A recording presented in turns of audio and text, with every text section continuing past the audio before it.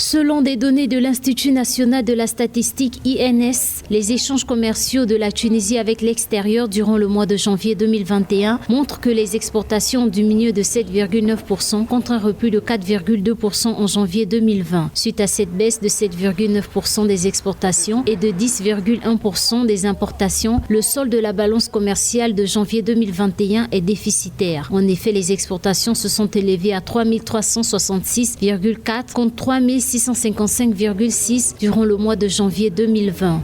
La Tunisie a une économie qui est très dépendante des pays de l'Union européenne. L'essentiel de ses exportations, soit quasiment 70% des exportations, est dirigé vers les pays de l'Union européenne, ce qui explique le ralentissement de l'activité et des exportations de la Tunisie, car on sait que malheureusement avec l'épidémie du Covid, les pays européens malheureusement ne produisent plus assez et leur demande extérieure est ralentie et devient de plus en plus faible, d'où le ralentissement des exportations de la Tunisie vers les pays de l'Union européenne et du coup le ralentissement des exportations de la Tunisie.